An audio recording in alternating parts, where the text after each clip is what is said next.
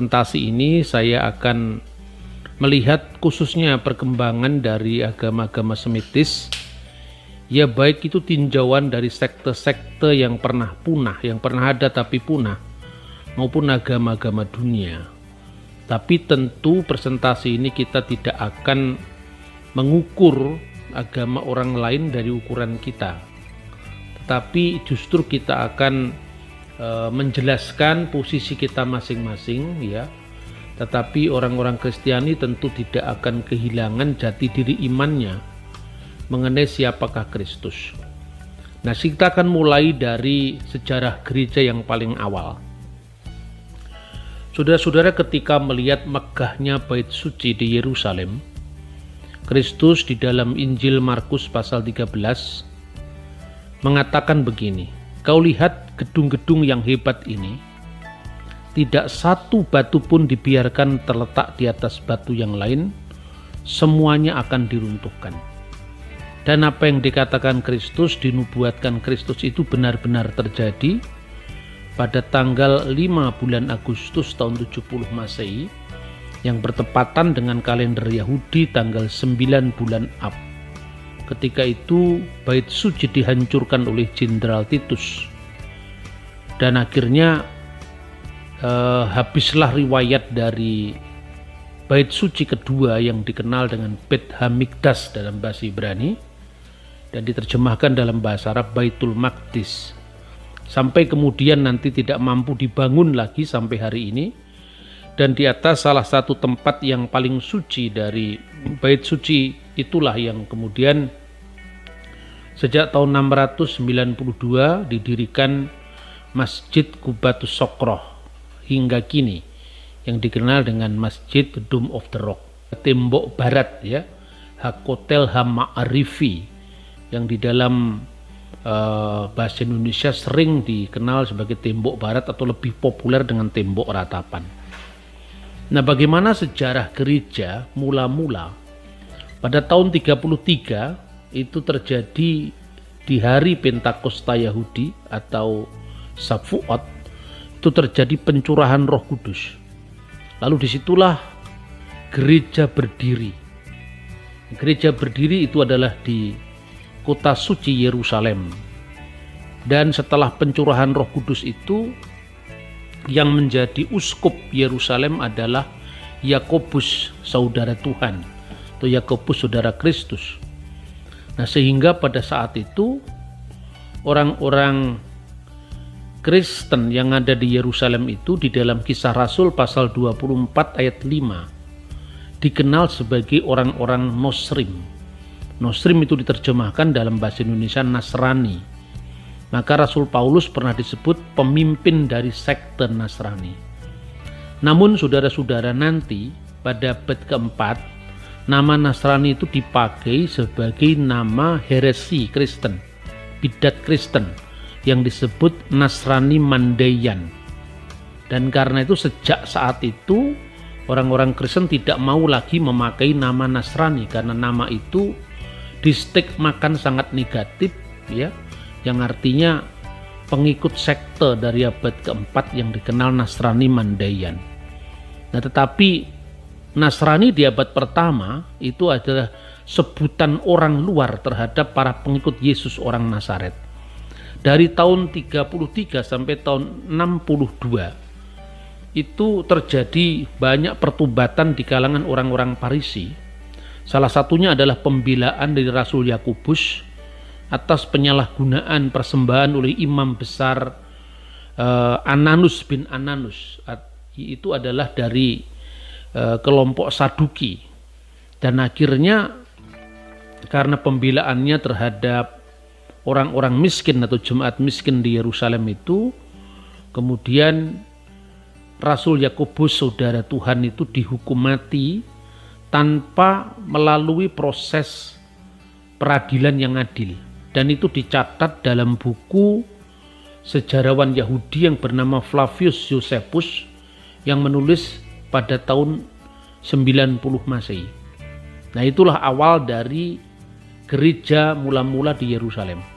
Tetapi kemudian masih di zaman para rasul itu gereja menyebar ke seluruh dunia. Yang pertama, gereja menyebar di Antioquia, Syria, atau sekarang ini dikenal dengan gereja Syriak Ortodoks. Lalu juga menyebar ke Roma ketika Petrus dari Antioquia menuju ke Roma bersama dengan Rasul Markus, dan Rasul Markus juga akhirnya mengabarkan Injil di Alexandria yang sekarang dikenal dengan gereja Ortodok Koptik. Jadi ini adalah persebaran Injil di masa para rasul.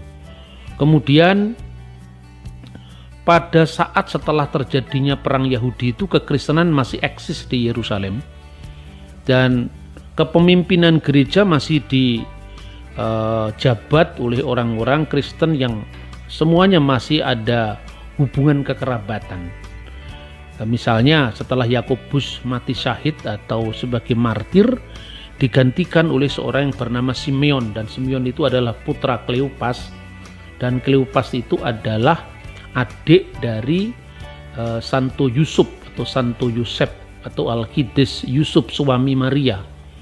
Jadi sebetulnya Yakobus itu bukan saudara kandung Kristus, bukan, tetapi itu adalah anak dari Kleopas, dan Kleopas itu adalah adiknya Santo Yusuf, dan itu jelas sekali di dalam kitab Injil. Misalnya di dalam Injil Yohanes ketika Yesus disalibkan, berdiri di bawah salib itu adalah Maria ibu Yesus, lalu Maria saudara ibunya istri Kleopas, dan Maria Magdalena. Kemudian digantikan oleh Justus dan seterusnya sampai terjadi perang Yahudi kedua, yaitu di bawah pimpinan Yudah atau Yehuda tahun 134 ya. Dan kemudian perang Yahudi pertama berlangsung antara tahun 130 sampai berhasil ditumpas oleh Roma melalui Kaisar Hadrianus pada tahun 135 Masehi. Jadi setelah runtuhnya Bait Allah itu terjadi reformasi agama Yahudi, secara khusus ketika awal-awal di mana Bait Suci itu diperebutkan antara orang Yahudi yang mempertahankan kemerdekaannya di Yerusalem melawan Roma. Saat itu ada seorang rabi Yahudi yang bernama Yohanan ben Zakkai. Dia menilai bahwa peperangan yang dilancarkan oleh orang-orang Silotis, yaitu faksi garis keras dari Parisi, itu tidak akan menang. Maka dia berdamai dengan Roma dengan dia minta sebuah tempat yang jauh dari Yerusalem. Akhirnya diberikan tempat yang dinamakan Yamnia atau Yapne. Disitulah orang-orang Yahudi itu kemudian melakukan reformasi keagamaan. Mereka melakukan studi-studi tentang Torah tanpa bait suci, tanpa upacara korban, karena tidak ada lagi korban persembahan binatang yang dipersembahkan di sana. Yang ada hanya doa sebagai pusat dari peribadatan orang Yahudi setelah runtuhnya bait suci. Sementara pola ibadah bait suci di mana ada upacara korban itu justru dilanjutkan oleh gereja yang dikenal dengan ibadah Ekaristi atau Kudas atau Khidmatul Kudas. Karena itu apa yang ada di dalam ritus bait suci termasuk pembakaran ukupan dan sebagainya itu dipertahankan dengan sangat baik oleh gereja Kristiani ya. Secara khusus kita bisa melihat bagaimana upacara Ekaristi di gereja-gereja kuno ya, termasuk gereja Ortodok Koptik. Ini saudara-saudara, perang Yahudi kedua itu ada ditandai dengan satu klaim bahwa Rabi Akiba itu memproklamirkan Simon Bar Kokhba, pemimpin revolusi, sebagai sang Mesias. Dan itu tentu tidak bisa diterima oleh orang Kristen. Karena bagi orang Kristen, dia mengenal apa yang dikatakan Yesus, karena hanya satu pemimpinmu, yaitu sang Mesias. Tidak ada Mesias lain kecuali Yesus Kristus.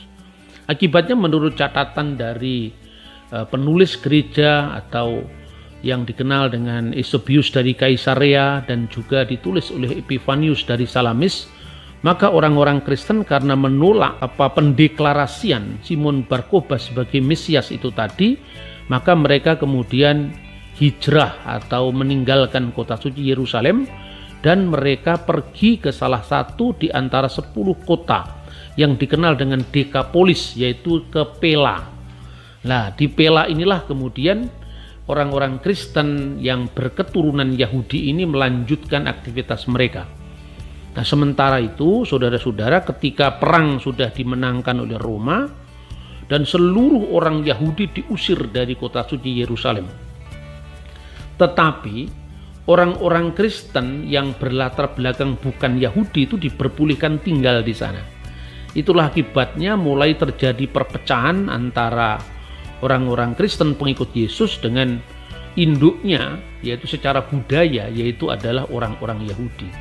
Maka disinilah bisa dilacak bagaimana nanti perkembangan agama Yahudi setelah runtuhnya Bait Suci yang dikenal dengan Yahudi Rabbinik ya, dan juga kekristenan dengan 5 pusat pemerintahan gereja, yaitu yang ada di pertama-tama di Yerusalem, kemudian di Antioquia, kemudian Alexandria, kemudian Roma, kemudian Konstantinopel. 5 gereja ini. Nah, memang sejak awal saudara-saudara, kalau kita melihat ya sekarang dari fakta arkeologi, sesungguhnya pusat gereja pertama di Yerusalem itu adalah tempat perjamuan malam Kristus. Dan menurut Kisah Rasul pasal 12 ayat 12 itu adalah rumah dari Maria, ibunda Yohanes yang disebut Markus. Tempat itulah yang dikenal dengan senakel. Dan menurut kitab Yakobus pasal 2 ayat 2, di situ ibadah Kristen, tempat ibadah Kristen masih disebut Bet Knesset, yaitu sinagogi. Kemudian pada tahun 1948 ditemukan dalam penelitian arkeologi itu, setelah runtuhnya Bait Suci, dulu biasanya rumah-rumah ibadat itu semua menghadap ke Yerusalem, menghadap ke Bet Hamikdas atau Baitul Maqdis. Tetapi ada perkembangan menarik dalam studi arkeologi mengenai rumah ibadah Kristen mula-mula di kota suci Yerusalem. Setelah runtuhnya Bait Suci itu ditemukan sebuah petunjuk arah ibadah itu menuju ke kubur Kristus, yaitu gereja kubur suci. Dan gereja mulai merefleksikan diri karena Bait Suci itu menghadap ke timur, sedangkan Bait Suci itu runtuh. Maka orang Kristen mengingat bahwa Taman Eden itu ada di timur. Maka kemudian orang Kristen menemukan di bawah bimbingan Roh Kudus bahwa mereka mulai beribadah menghadap ke timur. Dan itu bisa dilacak dari sumber-sumber sejarah, baik itu dalam kitab suci maupun penemuan-penemuan arkeologi. Dan ketika Legion ke-10 Roma itu pada saat menyaksikan penyerbuan habis kota suci Yerusalem, itu berdiri di antara sinagogi rasul-rasul di Bukit Sion, yang tidak lain adalah rumah Maria, ibunda dari Yohanes yang disebut Markus. Disitulah perjamuan malam terakhir Kristus dilakukan. Disitulah penggantian Yudas Iskariot dengan Matias juga dilakukan. Disitulah pencurahan Roh Kudus juga terjadi. Dan tempat ini tempat yang sangat penting dalam seluruh sejarah gereja kuno. Dan ketika Bait Suci itu tinggal tembok ratapan, justru satu-satunya gereja kecil itu yang bertahan. Dan sampai sekarang kalau saudara menghadiri kota suci Yerusalem, tempat itu dikenal dengan tempat perjamuan malam, yaitu senakel. Dan tempat itu memang sangat penting di dalam konteks sejarah gereja. Maka tulisan dari Santo Epifanius dari Salamis mengatakan bahwa ketika Hadrianus tiba meredakan pemberontakan Yahudi atau revolusi Yahudi kedua tahun 135 ya, tahun 130-an dimulai dan 135 itu tuntas, Yerusalem sedang porak-poranda kecuali beberapa rumah dan rumah Tuhan yang kecil yang berada di senakel, di mana para rasul sering pergi ke ruang itu. Penemuan yang sangat penting. Maka kemudian setelah berkembangnya gereja Kristen di luar Yerusalem, Alkitab sendiri mencatat ada rasul bagi orang-orang yang bersunat, yang tidak lain itu adalah Yakobus, dan rasul bagi orang-orang yang tidak bersunat, baik itu orang yang aslinya memang bukan beragama Yahudi tapi masih beragama pagan, maupun diaspora Yahudi. artinya orang Yahudi yang tinggal di perantauan. Makanya disitulah Petrus pergi ke Antioquia, kemudian Petrus pergi ke Roma, Markus ke Roma dan ke Alexandria, karena memang sejak saat itu gereja itu beranggotakan orang-orang yang asli Yahudi yang dikenal dengan jemaat yang bersunat, dan gereja yang bukan Yahudi yang dikenal dengan jemaat gereja bagi orang-orang yang tidak bersunat. Dan ketika Rasul Petrus itu memilih dua pemimpin, yang pertama adalah Santo Evodius dan yang kedua adalah Santo Ignatius dari Antioquia. Kenapa dipilih dua pemimpin ini? Karena Evodius itu berlatar belakang bukan Yahudi, sementara Ignatius dari Antioquia itu berlatar belakang Yahudi. Dan rakyat Antioquia sebagai salah satu kota besar di abad pertama itu 20% penduduknya adalah Yahudi, dan itu tercatat dalam tulisannya Flavius Josephus. Maka setelah kemudian gereja itu berkembang kepada jemaat-jemaat bukan Yahudi, sejak zaman Ignatius dari Antioquia itulah kita mengenal ungkapan satu gereja yang kudus, yang katolik, yang rasuli. Jadi satu gereja yang kudus, yang katolik, dan yang rasuli. Ungkapan ini yang kemudian masuk dalam kanun al-iman atau pengakuan iman. Karena memang gereja sejatinya bukan hanya untuk orang Yahudi, tetapi untuk orang Yahudi dan bukan Yahudi. Nah, saudara-saudara yang terkasih, dengan demikian jelas sekali ketika terjadi pemaksaan yang dilakukan oleh orang-orang Farisi yang sudah menjadi percaya, yang disebutkan di dalam Kisah Para Rasul, bahwa orang-orang Kristen yang bukan Yahudi diharuskan untuk mengikuti hukum Musa, itu melampaui daripada apa yang tertulis dalam kitab suci Perjanjian Lama sendiri. Karena memang itu dilatar belakangi oleh misionarisme kaum Farisi yang waktu itu sebelum zaman Kristus. Itu mereka ingin menjadikan orang-orang bukan Yahudi menjadi proselyt. Dan sekte-sekte Yahudi itu sebetulnya berkembang pada masa dinasti Makabi. Jadi dinasti Makabi itu Anda bisa membaca di dalam satu kitab, ya, kitab 1 dan 2 Makabi. Karena waktu itu ada persaingan antara orang Saduki dan orang Farisi. Ketika elit kekuasaan dikuasai, the ruling class itu dikuasai oleh orang Saduki, maka orang Farisi justru aktif untuk meyahudikan orang-orang bukan Yahudi. Dan kemungkinan besar keluarga Herodes Agung yang asalnya orang Edom itu menjadi orang Yahudi karena misi orang Farisi ini. Karena itu Yesus mengatakan di dalam Injil Matius pasal 23:15, "Celakalah engkau wahai ahli Taurat dan orang-orang Farisi, engkau mengarungi lautan dan menjelajahi daratan untuk menubatkan satu orang dalam agamamu. Tapi setelah itu kamu jadikan dia orang neraka yang lebih jahat daripada kamu." Rupanya semangat proselitisme nominal ini yang dibawa oleh orang Farisi ketika mereka masuk Kristen dan menjadikan orang-orang bukan Yahudi harus menuruti hukum Musa. Padahal di dalam dokumen-dokumen Yahudi pra-Kristen, misalnya Sefer Hayuvelim yang ditemukan abad ketiga sebelum Masehi asalnya, bagi orang bukan Yahudi tidak berlaku misvot Mose, yang berlaku adalah misvot Beni Noah. Nah, itulah awal kenapa kemudian di dalam Kisah Para Rasul itu nyaris terjadi perpecahan gereja ketika orang-orang Farisi yang menjadi Kristen itu ingin memaksakan hukum Musa.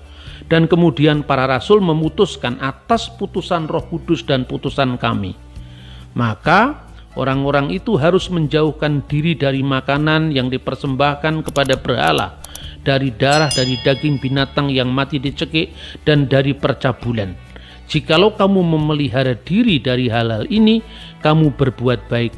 Sekianlah selamat. Kisah Rasul pasal 15 ayat 29.